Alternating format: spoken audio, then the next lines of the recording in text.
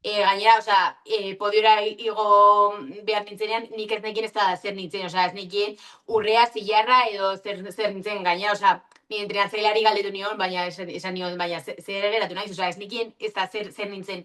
Eta gero ja kontatu zidaten, lesionatu nintzela urrearen bila joaten nintzenean, amorrua zen lesioagatik. Gaur Naroa Arrasaterekin gaude, 23 urterekin Europako txapeldun orde izan da halterofilian, 69 kiloko kategorian. Bi denboratan 128 kilo altxatu ostean, lortu zuen zilarra, pasaden asteazkenean, balozka bielorrusiarraren urretik kilo bakar batera. Bueno, aste bat pasatu da, ez dakit orain ja jabetzen zaren pasaden astean lortutakoaz. Azkenean, lesionatu ostean, bakarrik gauza honarekin geratu naiz, orduan zilarrarekin oso pozik nago, egia da urrea nahiko nukela, baina, bueno, zilarrarekin oso pozik ere nago eta hori, gauza kospatzen orain. Azken saiak eran, bueno, saiatu zinen hogeita hamabi kilo altxatzen urrea lortzeko eta guztizko olimpikoan ere podiumean sartzeko, baina hor heldu zen lesioa nola gertatu zen.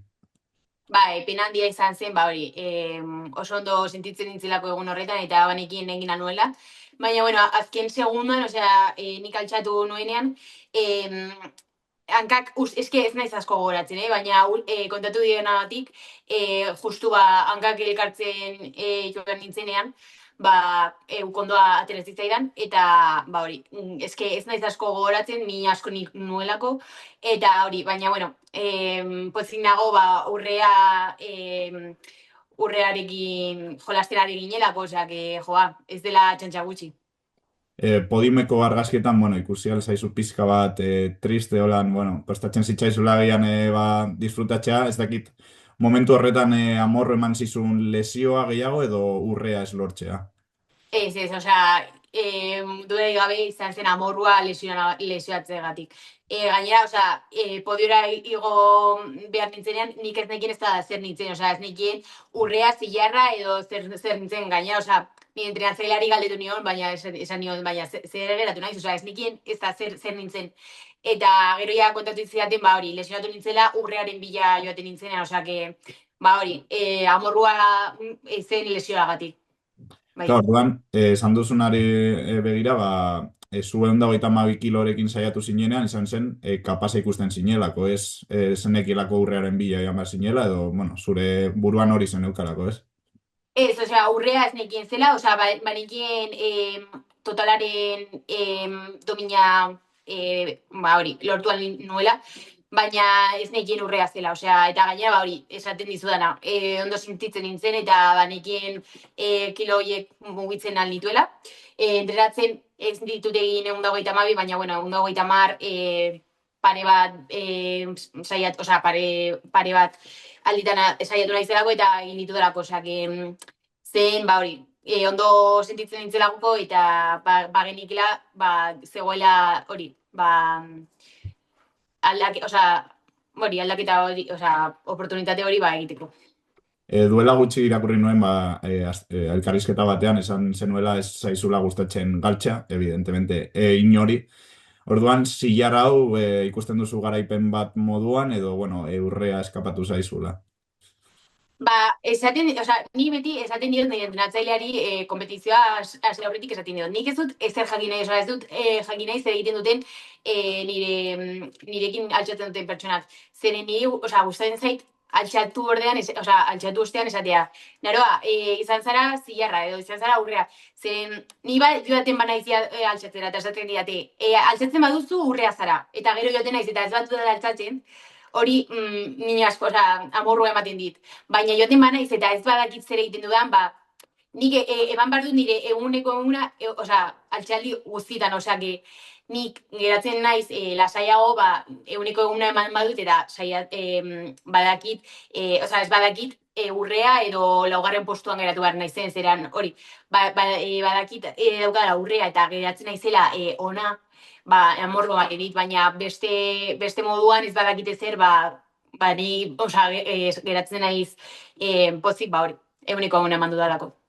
Horrelako txapelketa garrantzitsu batean, 128 kiloia nahiko marka ona da, eta bueno, askotan egin duzuna. Ez dakit zer sentitzen den, edo burutik zer pasatzen duzu, zaizun, lortzen duzunean marka hori.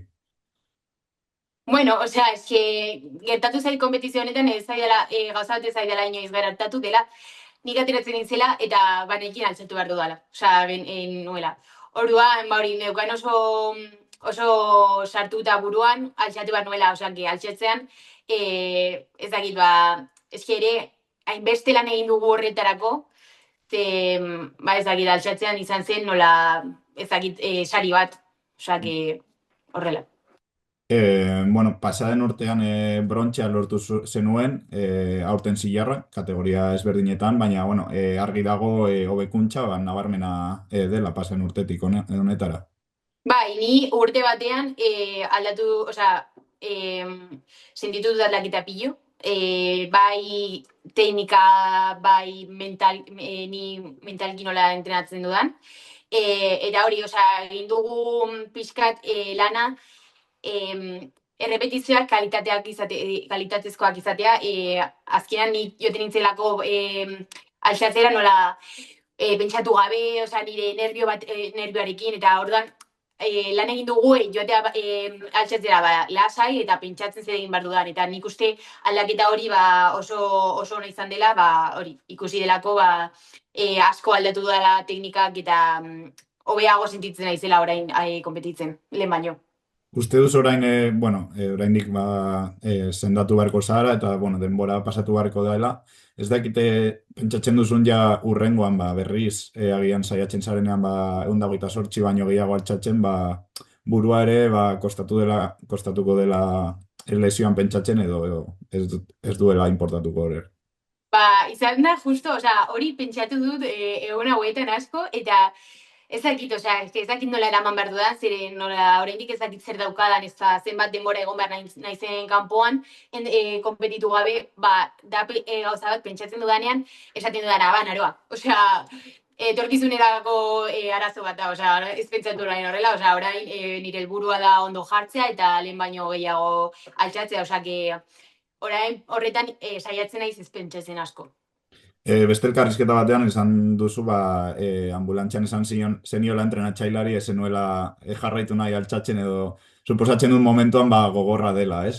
Bai, justu da horregatik, neukalako beldur pilo bat berriz gertatzea, hainbeste min pasa nuela, pasa nuen, hori, esaten niola nire entrenatzailea, nik ez dut momentu hau berriz pasa nahi, orduan esaten nio, nik ez dut altxatuko inoiz gehiago. Baina, bueno, orain, otzean pentsatu duzu eta esaten duzu, nahi duzu, nigatik gaur berten egongo nintzateke entrenatzen ja, Egia esan da, zuk urte gutxi dira mazu alterofilian, baina, ezagutzen dudanagatik, nahiko lesio normalean, nahiko kirol gogorra da lesio entzatez. Bai, azkenean alterofilian asko ikusten da ukondoak eta horrela. Egia da, bai, kompetizioetan geroz eta gehiago ikusten da ukondoak, baina, ez da zerbait uste dut normalizatu behar dugula alterofilian zeragatik, ez da zerbait, normalizatzeko nik uste.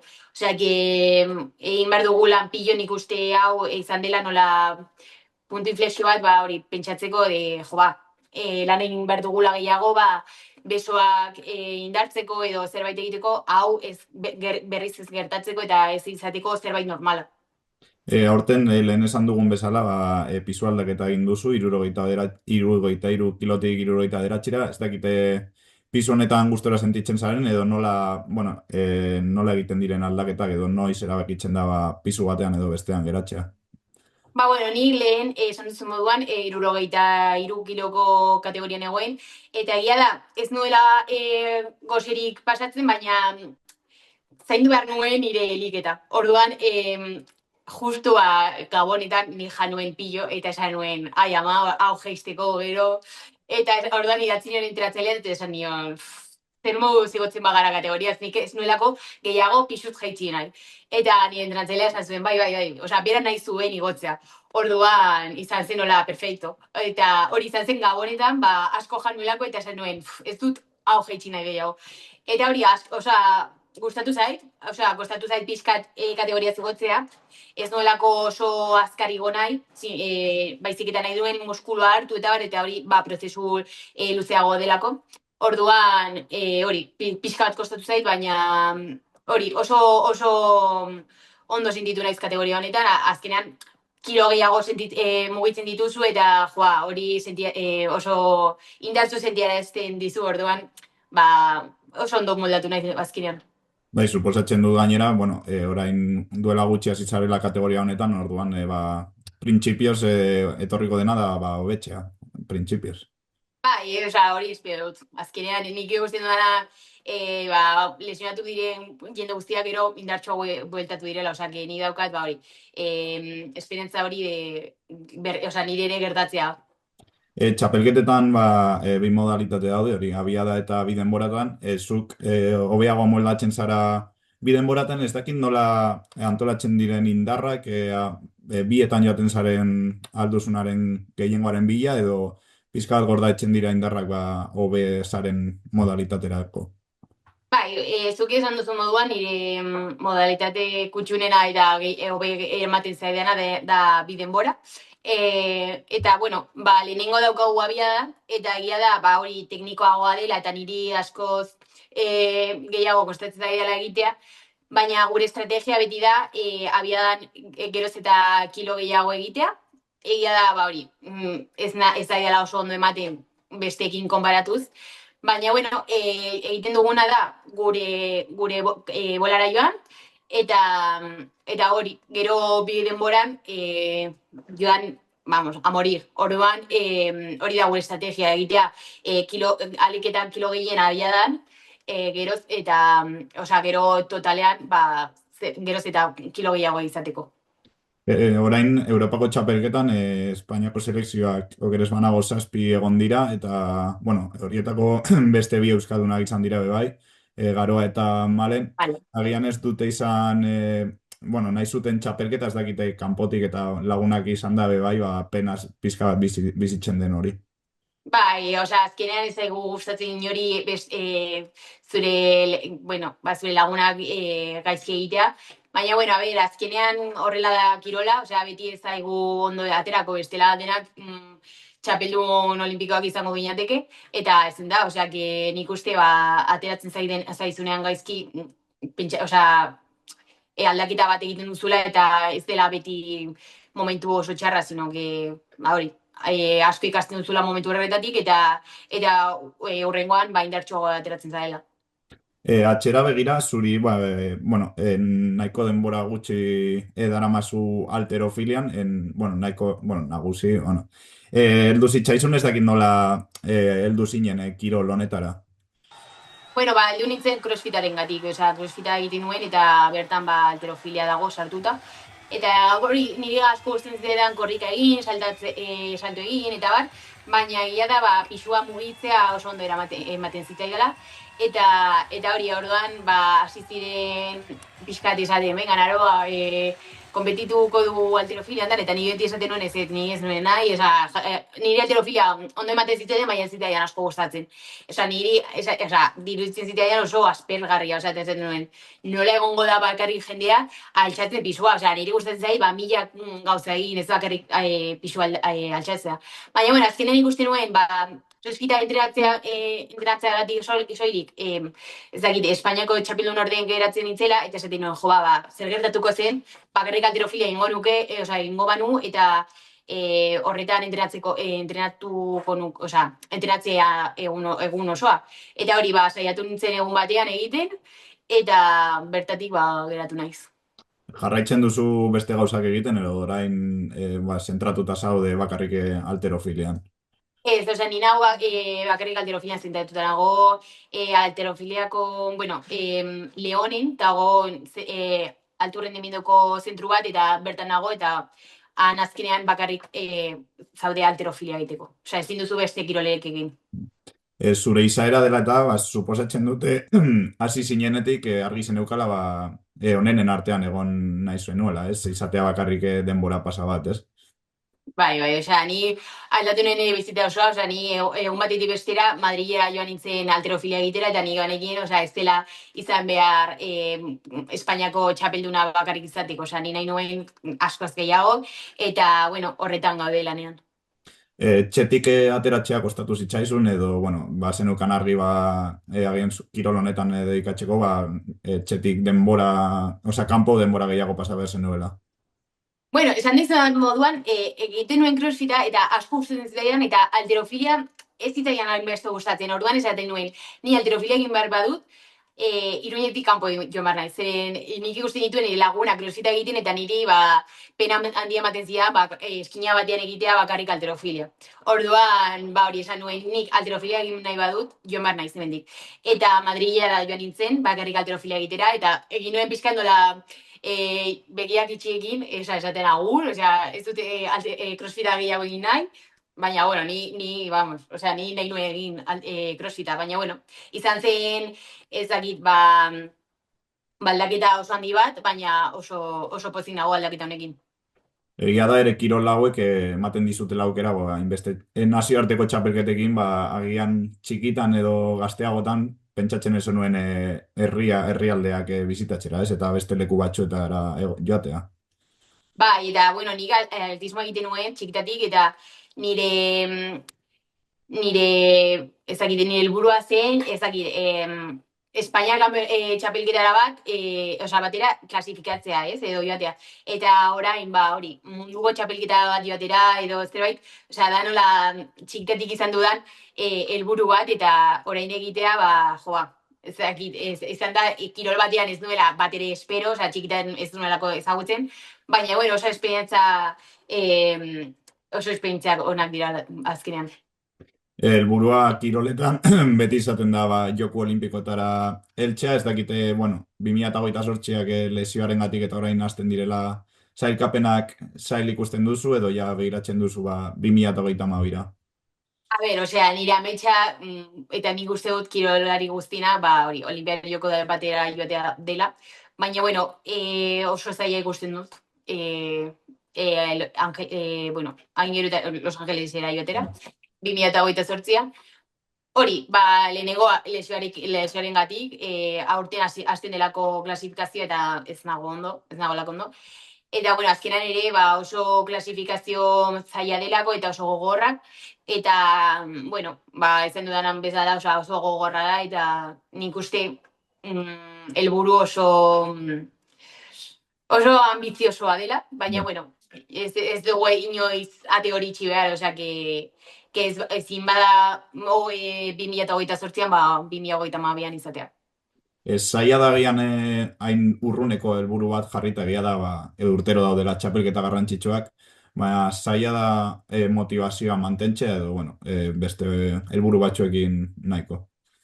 Osea, nik ez nago pentsatzen egunero, jo eman naiz olimpiar joko da, sino que nire helburuak dira, ezagit, urrengo munduko txapelketan, ezagit, marka hauek egitea, edo posizionetan geratzea. Osea, nire helburuak dira urtetik urtez, osea, nik pentsatzen dut lehenengo urte honetan, eta joten gara, partidoz, osea, ez nago pentsatzen egunero 2032an. Osea, que nik uste pixkat desmotibantea dela hori inkluso, osea, que ez. Eta metamotzagoak egiten dut.